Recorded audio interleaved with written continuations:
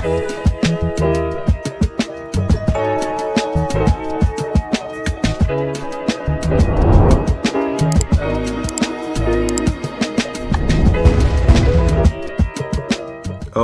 hey everybody, welcome to another episode of On the Wrist from Off the Cuff. So I have a really cool update for you guys from the brand RZE. A little about them. They're a newer microbrand upstart where the founder was actually a key designer from another popular microbrand and has since now set out on his own to create a new vision from the ground up. And in terms of the classification for the type of watch, I'd consider this a classic field watch.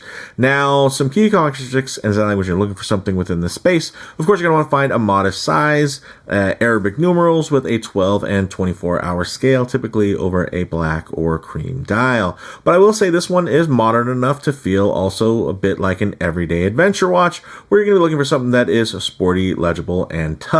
This is their Valour 38 in slate gray, and the Valour 38 is essentially a clean classic field watch that displays the time at just a glance. It has solid titanium construction with their ultra hex coating, which is going to give you up to 1200 hardness figures. So that is pretty impressive. This goes for $449 direct on the ultra hex titanium bracelet, which is actually a new addition, which I'm excited to share with you guys. Also, if you already have this watch or another compatible watch that has straight end links, the nice thing is you can buy this bracelet separately for $149, and that's pretty great. So I know there's certain brands where it feels like you've kind of missed the window and you end up having to buy a whole new watch to get to the bracelet. The nice thing here is you're getting this fully loaded bracelet. It even has their updated clasp with the quick adjust system. So I think that is awesome. And of course, this is also hard coated, which is great. And it's titanium, another great feature. So with all that said, let's go ahead, zoom the camera out, get this piece in hand, and take a closer look. Okay guys, now this is a very classic kind of layout, of course with the dial, but you're going to get something a lot more contemporary in terms of the rest of the aesthetics of the case, as well as this really, really great bracelet. Now in terms of the dimensions, 38 millimeters in diameter, 11.5 millimeters thick, and 45.2 millimeters lug to lug, satin brushed titanium with that ultra hex coating, and that does add up to 1200 hardness figures, which is great because most steels are going to give you closer to like 200, so that's great. And honestly, this kind of what this watch competes against is typically against a, let's say, a steel Hamilton khaki field watch. Now, those watches are going to have extended power reserves, but they will also have a similar beat rate of 3 hertz because they've slowed down. That's what ETA did essentially to extend those power reserves. Here, you're not going to get the extended power reserve, but the nice thing is the trade-off is you still have a 3 hertz sweep, but you can actually regulate these and do manual adjustments to them if they're not running great. So for me, that's definitely a win, especially if it's a watch that you just plan on wearing pretty often. So the movement inside is going to be the automatic Seiko Instruments NH38A. So you do have a date complication, which is set at the 6 o'clock there.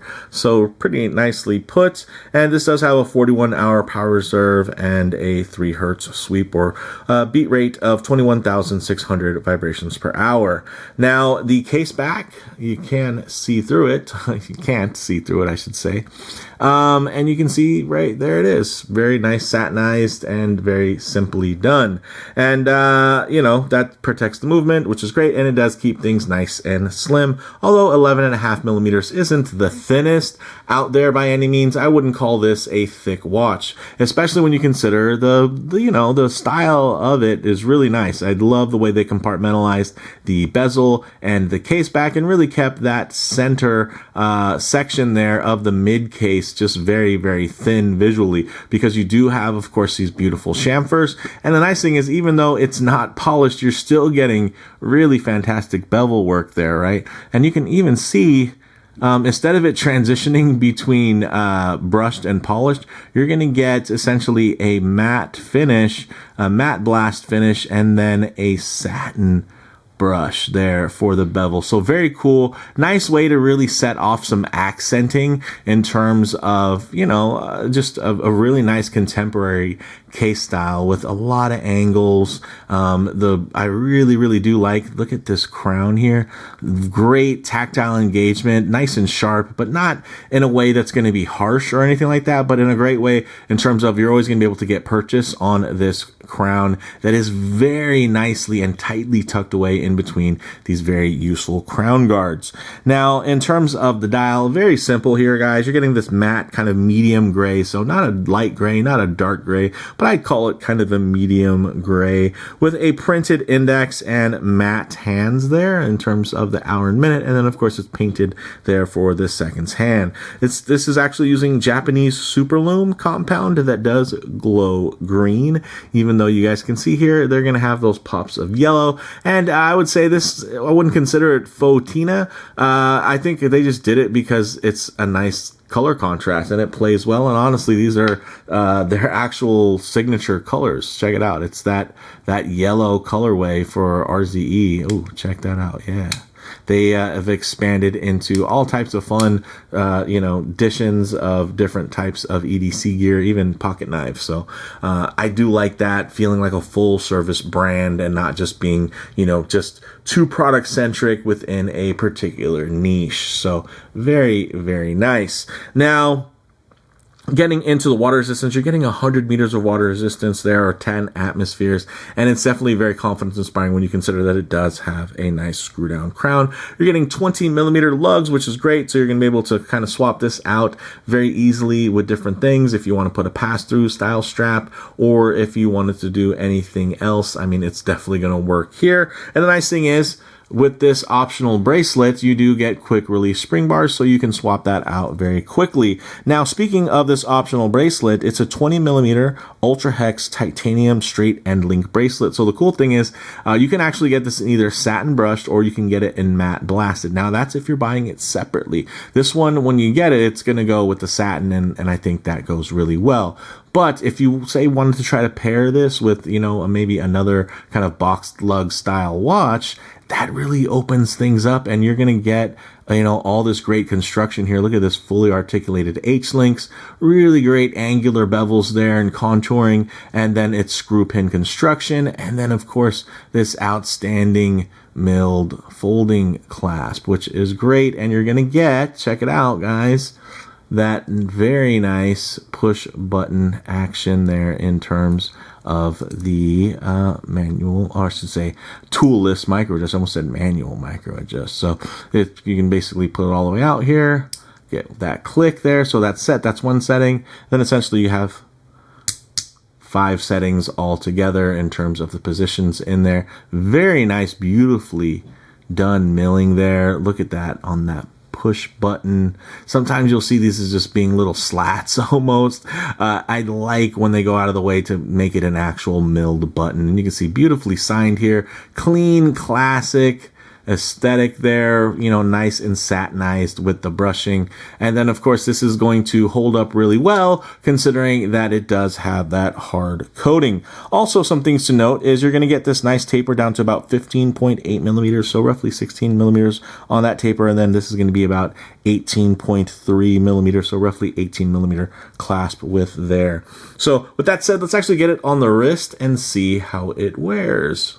Okay, as you guys can see on my 7.5 inch wrist, this wears really, really well. Check that out. I'm digging the angles. I'm digging the light play on it. Of course, if I get my wrist a bit too close to the lens here, you're going to get a good amount of perspective distortion, and it's just going to make the watch seem a lot larger than it actually is in reality. So what I'll do is keep my wrist nice and low, and then just tighten up the frame here so that you guys can get still a detailed look, but just add a bit of a truer aspect ratio as to how this may lay on your own wrist. So you can see here, guys, that 45 millimeter lug to lug sits very nicely centered. And the nice thing is I actually do like the straight end links here. I feel like with the straight lines, it actually is quite cohesive with the design. And also the nice thing is it adds a little differentiation. Let's say if you do have one of their higher end models that do have the fitted end links, I feel like having this, it kind of justifies maybe having more than one really cool RZE adventure watch, just because this just adds a little bit of a different flavor to it. And I like that bit of a throwback. And again, the nice thing is it's a bit of a juxtaposition because you're getting that classic dial layout. And then of course, those classic straight end link styles, but then you're putting it with something that is thoroughly modern and creative. I mean, when you just think about the dual finishing here, where you're getting satin blasted as well as satin brushed, and I mean, and then add to that it has a hardness coating on top of it that still keeps this titanium looking a lot brighter and closer to stainless steel in terms of its brilliance. I think that is absolutely awesome. I mean, when you look at this matte, I mean, typically when you think about matte blasted titanium, it's a much darker hue. So the fact that they're able to keep it so bright, I think that does have to do with that clear coat, the hard coating that is there. But I mean, it absolutely works for me. I'm digging this a whole lot. So with that said, let's actually get it off the wrist, set up for some lume shots, low light transition, and closing thoughts. Okay, let's go ahead and hit the lights here. All right. Now, while not diver level lume here, guys, again, this is a pretty simple setup and it does the job. So you're getting good orientation. You're able to, you can see there's a lollipop on seconds hand. Your watch is running. There's not too much more you can ask for, I would say, from a field watch. And yeah, it could be better, but they do have better options as well within RZE, like their Resolute Pro, which I absolutely love.